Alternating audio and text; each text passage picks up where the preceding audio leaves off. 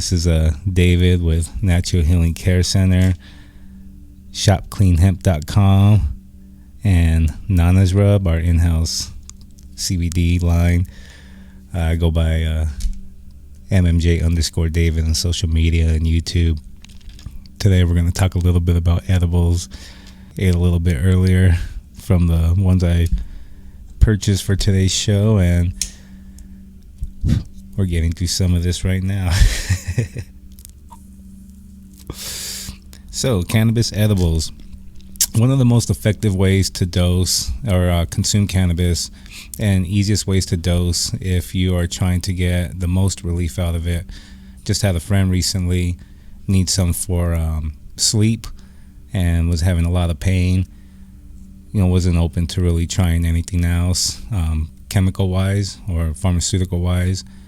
So got him on just 5 milligrams of THC, about 30 milligrams of CBD, and slept the whole night. So I do know that this is very effective. Anyone that's eating cannabis edibles can tell you that it will definitely help induce sleep and keep you asleep.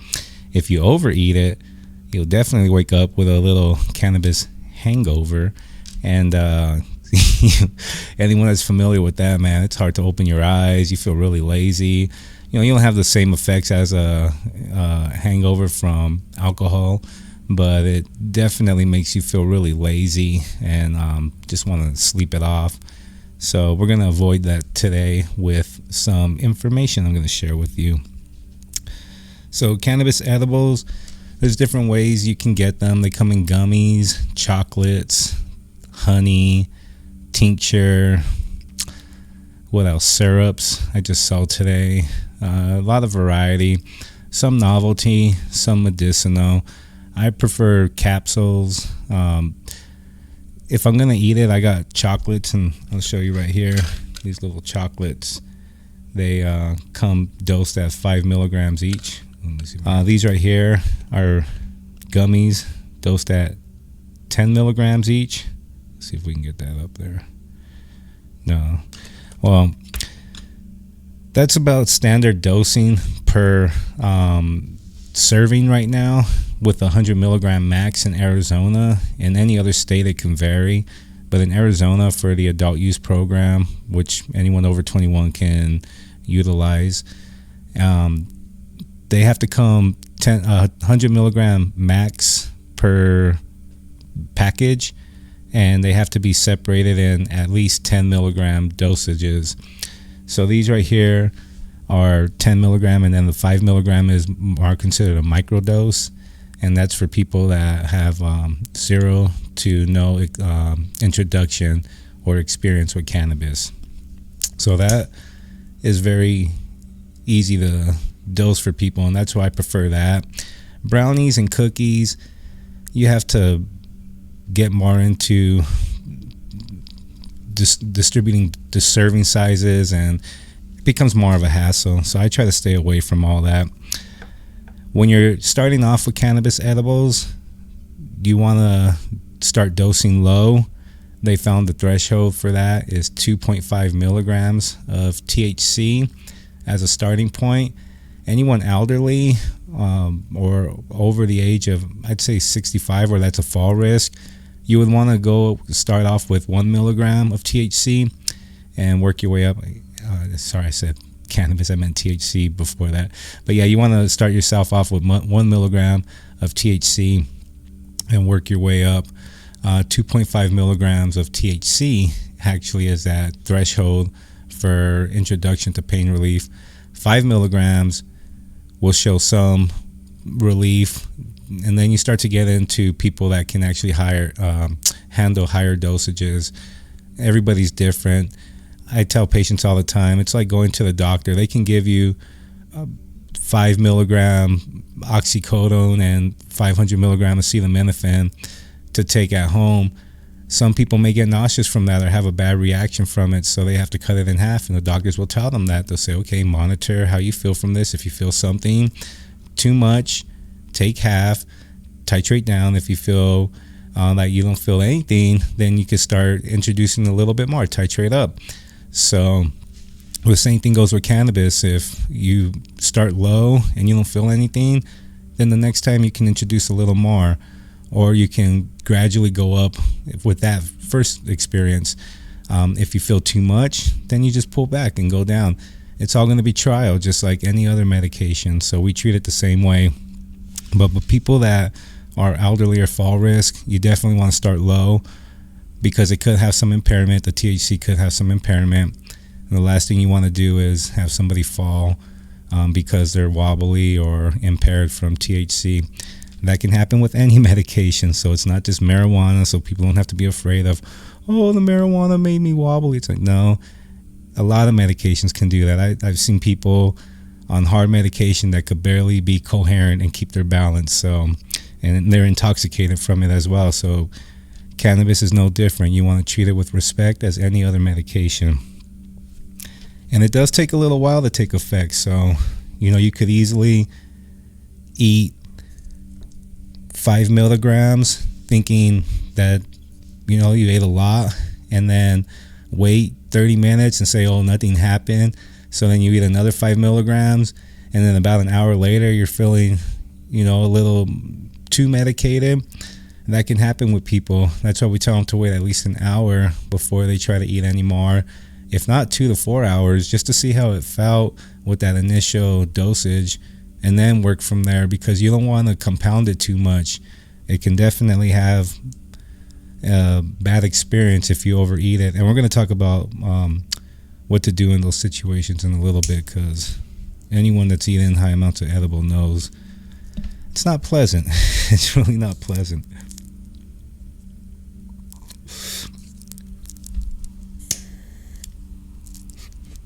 So I had to go with some papers today. Don't want to smoke too much tobacco. I like these papers, but just notice I have to light it a little more. You also want to incorporate some ratios when you're eating your edibles. And this is only a 30-minute show, so I'll try to get in as much as I can about ingesting cannabis, but we'll touch more on it as the podcast goes on. We'll definitely have a lot more to talk about with all this. Sorry, I got some technical difficulties going on my desk. But yeah, you're going to want to have some ratios, THC to CBD or CBD to THC. The recommended ratios are 2-to-1 CBD to THC. So if you're taking 10 milligrams of CBD, you take 5 milligrams of THC. There's also 4-to-1 ratio, 5-to-1. Some people go 10-to-1 ratio. I'm going to show you some information about that right here. So, first of all, you can see right here recommendations on dosing and administration of medical cannabis to treat chronic pain. There's been studies done for that, which, well, not a surprise. We find out that it actually works for chronic pain.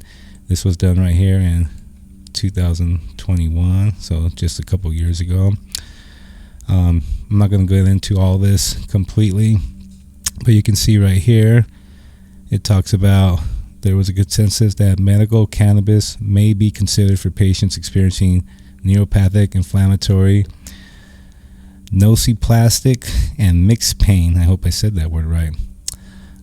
So it's going to talk about the protocols, but it talks about dosing with it as well. So you can see 5 milligrams of CBD twice daily, and titrates the CBD predominant dose by 10 milligrams every 2 to 3 days.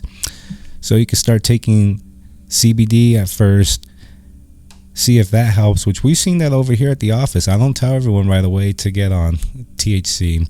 We've seen it at the office where people can actually get relief from just CBD.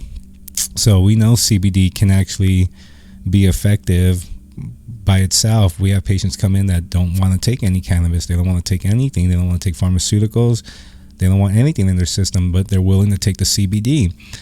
I've seen people with broken bones use it and actually heal quicker than the normal treatment that the hospitals recommend. And then, they had the bones set, but they didn't take anything else other than CBD and some other herbs. There's other herbs that increase healing, arnica, stuff like that. So they took that, and it definitely helped out with quicker recovery. So you don't need just THC. The CBD can go a long way, and that's what this is saying right here. But let's go back to it. So after you try CBD and work your way up to 40 milligrams daily, if you're not feeling anything with the CBD, enough relief, that's when you can introduce 2.5 milligrams. And I learned about this at a talk I went to at the University of Arizona Medical Center a few years ago, hospital, which is now Banner Health. The doctors over there were talking about how 2.5 milligrams of THC is that threshold for pain relief. So that's what we like to start patients out at. If they are not having any relief with that, then we can work them up. But we definitely seen people get relief at 2.5 milligrams of THC. 5 milligrams, surprisingly, they feel it too. And you would think that's such a small dose that they wouldn't feel anything, but they actually do. So got some other websites for you right here to check out. I like showing you guys these because these aren't my words. These are actually words of freaking scientists and doctors and stuff. So these people are the ones that did all this work and research. I'm just the messenger right here showing you guys all this stuff. But this right here, safety of medical cannabis and neuropathic chronic pain management. So this right here also is a study done, which was only done in 2021. That will also show you how THC can help with neuropathic pain relief. This one's a little more involved, so you can feel free to go through and read it. There's not really anything I was going to highlight in that one, but it just shows you that THC can help with neuropathic pain. We've seen that over here too, not only with eating it, but with inhalation. And that's what that study was talking about. That was actually a study done with inhaling certain milligrams of THC. And I've seen people like that.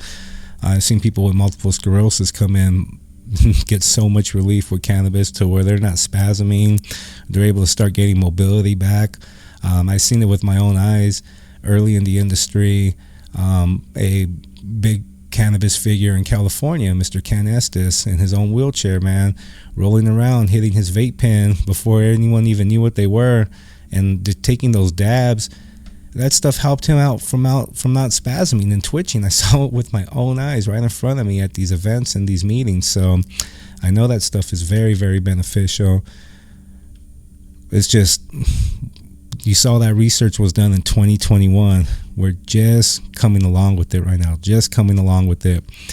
As we start to get more regulations lifted and actually start to get testing more product, and do case studies with actually efficient product, that's when we'll start to see the true results of this plant.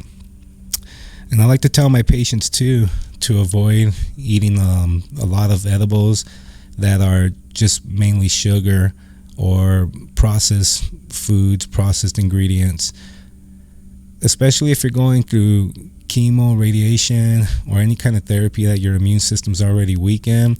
If you have an autoimmune disease, if you're dealing with inflammatory issues, the last thing you want to do is eat sugar and processed food. That stuff right there is going to contribute to the inflammation and the pain, and it's going to help spread the cancer. It's going to, all of that cancer spreads through inflammation. That's already been proven as well. So the last thing you want to do is keep your body in an inflammatory state and have to contribute to it with the medication you're supposed to be getting relief from. It's just contradicting. So we tell people, and counterproductive, so we tell people all the time to try to avoid edibles that have high amounts of sugar, baked goods. Another thing about the edibles that are brownies and cookies, yeah, they're good. Some of them are made with actual cannabis herbs, so they taste better. It's a different feeling. But your body has to actually break up and separate the food and the cannabis, and then it has to work into the metabolizing everything. and it takes longer to be effective for some people. Just like earlier, we ate those little chocolates. Those things took effect right away. Chocolate actually has anandamide in it.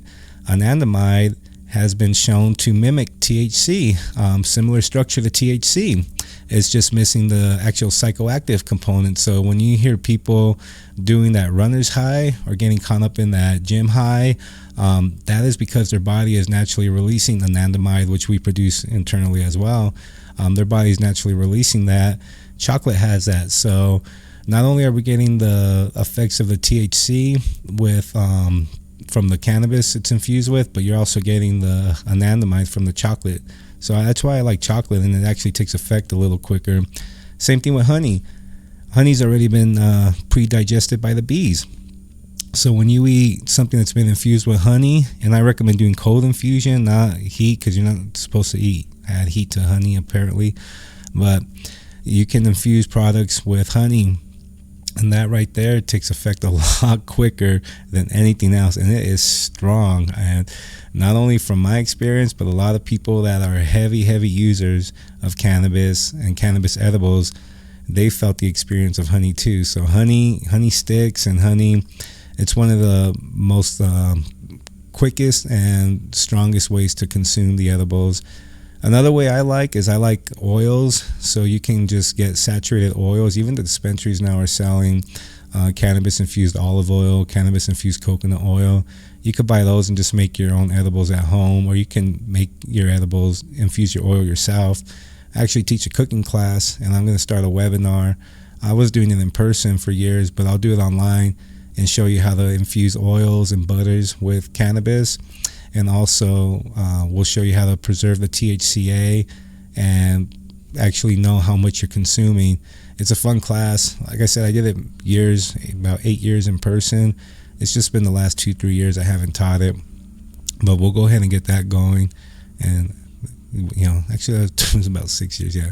So we'll get that going and show people how to actually make their own edibles, so they can control the consistency, the quality, what ingredients are going into it. You don't want to be eating all that processed stuff. It's just no bueno. And also, when you're eating edibles, you want to make sure that you don't eat too much THC, because it can make you hypersensitive. So if you're trying to use it for pain relief, thinking, okay, David said and showed me 2.5 milligrams is effective, and 5 milligrams, well, I need some real relief, so I'm going to eat 25 milligrams or 100 milligrams. No. You do not want to do that. That right there can be a bad experience and make you hypersensitive to anything. It can make you more hypersensitive to your pain. It can make you more hypersensitive to cold or heat or anything around you. It starts to affect your cells differently. Oh, and that's another thing I want to talk about too. You got to drink a lot of water when you're consuming this. So the cannabis can naturally, innately dehydrate you. So you want to eat a lot of, or drink a lot of water, or eat fruits and fruits with water, because hydrating fruits, because it can definitely dehydrate you, and you feel it in the back of your neck, and it's not a good feeling. Not a good feeling at all. Been there a few times, and it's just overeating THC can do that. For some reason, it causes that effect on the body, so you want to drink a lot of water. But that's also a negative effect of overeating THC. It can cause nausea. I told you about the hypersensitivity. It can make you agitated. I eaten a large amount one time and it felt like my skin was peeling, so there's things crawling on my skin. So you just want to avoid high dosing or overdosing on it. You're not going to die, and that's another good thing about this. Not one person has ever died from over consuming cannabis. We've actually had friends that accidentally overeating it, and they new to it, should have only had about 5 milligrams, but ate about 15-20 milligrams of THC. Start to feel really paranoid, like you can't breathe. You start looking up, what are the effects of eating cannabis. We've seen the stories of the people calling 911 saying that they're going to die. It's like, no, not one person's ever died from overeating it.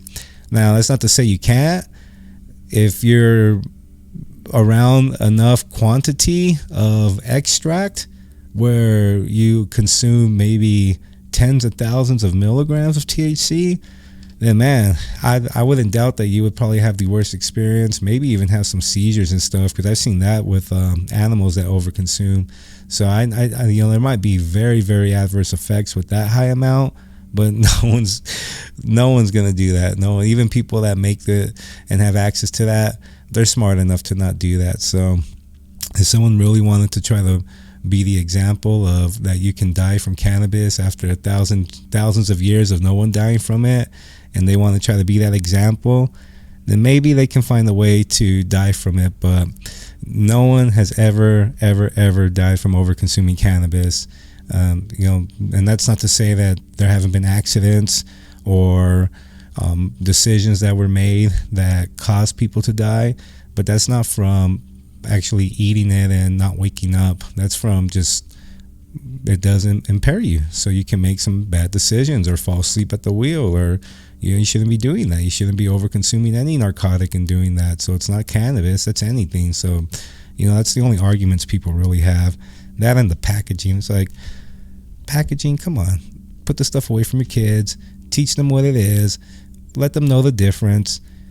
Kids are smart. I have a 6-year-old nephew that speaks like a teenager, so don't tell me that shit that kids are going to get into it. They'll only get into it when you create the want. So, other than that, teach them about this shit. Quit being stupid about it. Sorry.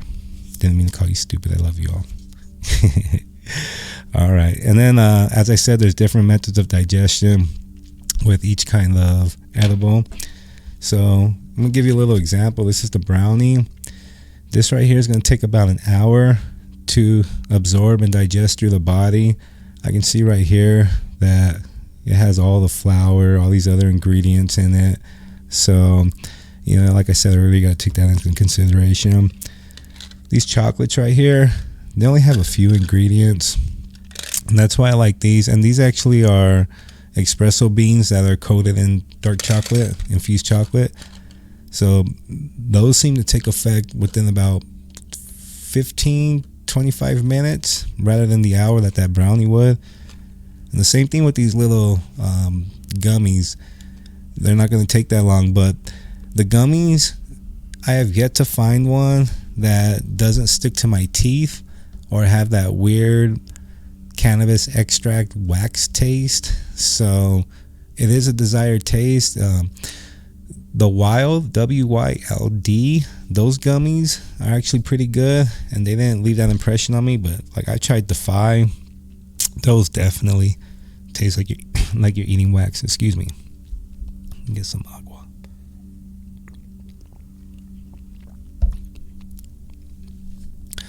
All right, now we're going to talk a little bit about what to do if you over consume cannabis. So the first thing you want to do is breathe. Don't freak yourself out. Remember that your body just naturally breathes. You don't. I've been there before. I've been there, people. You can forget how to breathe. You'll start to trick yourself, like, I don't know what to do, but your body knows how to breathe. Unless you're going into cardiac arrest, your body will breathe. So breathe. Do that, which is going to lead to the next thing. Stay calm. Do not worry. Do not freak out. Like I said, no one has ever died from overeating cannabis, so you're not going to be the first person. You're not that bad luck. Don't worry. That's just not going to happen. If you do eat too much, let's say you start getting to 100 milligrams, 200 milligrams, and you're not used to that, it may be your first or second time eating that amount, your body's going to reject it. And it's not going to be pretty, because there's only really one way for your body to reject it, and it's to come up. Luckily, not out the other way.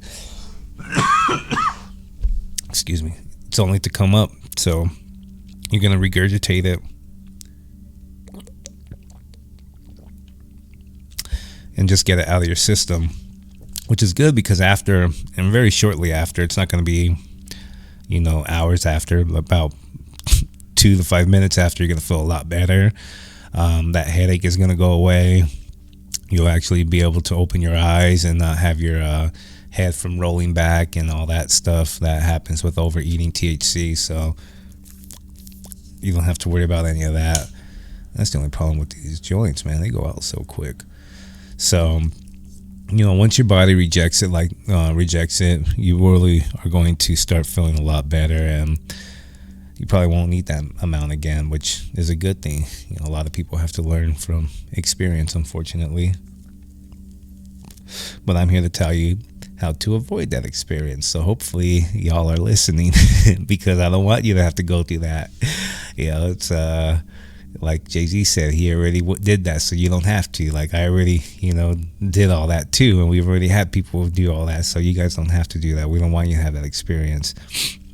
And another thing you can do is once you start feeling better, or even if you're just at that threshold where it's just getting worse and worse, is eat something. Try to eat something with carbs. I know a lot of people are anti-carbs. If you don't eat carbs, try to eat something fatty or greasy. If you don't eat meat, a good burger always suffices. But if you don't eat meat, just eat some fruit, some avocado. All that stuff will help. Don't eat any mangoes. There are actually some terpenoids in other products, other plant products that can enhance the THC, and herbs as well. Plants can lift plants and plants can take away plants. So you don't want to eat any mangoes. But like I said, plants can take away plants. You can eat some black pepper. The beta-caryophyllene and black pepper will help subside the anxiety from the THC. Lemon will definitely help subside the anxiety from the THC. There's some myrcene in lemon, and limonene. Myrcene is in actually mangoes, and that's what you want to avoid, myrcene. You don't want to eat any myrcene with THC unless you're trying to enhance the effects. You can do that. If you want to party, then you can eat some myrcene. But I recommend eating some limonene, and then linalool or linanol. I hope I'm saying that right. But it's in lavender, the main component of lavender, that beautiful, delicious smell. You can smell some of that, pour some of that on your arm, rub it on your wrist, put it on your neck, run it underneath your nose. Just get that on you, and that will help out too with the anxious effect of THC. Other than that, that's really the only bad experience, is that anxiety you're going to get with it. Everything else, you just have to kind of wait out. The body will pass the THC in about 8 to 16 hours, and then you'll be feeling good. We wake up again, not like Percocet and all that freaking Xanax and fentanyl and all that other freaking bullshit killing people. So at least you'll wake up again. But yeah, man, it was great vibing out with y'all on this Tuesday Night Smoke Sesh. I'm glad I got some edibles to eat after this, because I am ready to relax. It is the summer. It's freaking hot in Arizona. I think we hit like 107 today. That's too hot for people. Even the animals know that. That's why they're all sleeping and shit, going out at night. So stay hydrated, stay happy, have fun. Let's go ahead and get some of this added stuff going. I gotta play my ad. You guys know that, man. That's Natural Healing Care Center right there. So I love y'all, and have a blessed night. Assist your pain, anxiety, and depression naturally. At Natural Healing Care Center, we're here to guide you on your path to wellness. We'll help you find natural relief through practices like meditation, yoga, medical cannabis certifications, CBD products, and more. Our premium custom rubs and tinctures are crafted from all natural, organic, full-spectrum ingredients. Check our website for more information on our products, services, and our fun in-person events.